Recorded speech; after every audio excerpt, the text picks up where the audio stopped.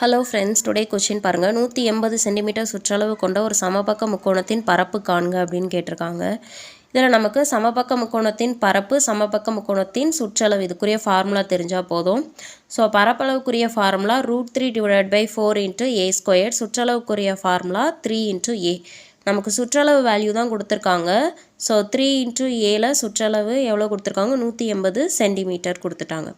So 180 = 3 × a. இதிலேருந்து நம்ம a find out பண்ணிடலாம். 60 அப்படின்னு கிடைக்குது.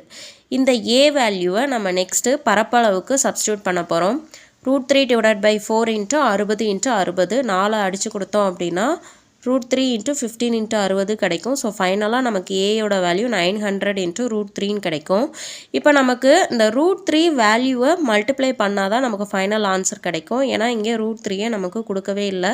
பட் இதுக்கு முன்னாடி கேட்ட கொஷினில் 900 × √3 அப்படின்னு மட்டும் கொடுத்துருந்தாங்க.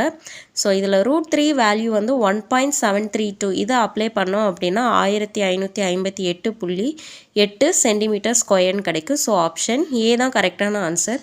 இந்த √3 அப்புறம் √2 வேல்யூவில் எப்படி ஃபைண்ட் அவுட் பண்ணுறது அப்படின்றத நான் நெக்ஸ்ட்டு ஷார்ட்ஸில் அப்லோட் பண்ணுறேன். தேங்க்யூ.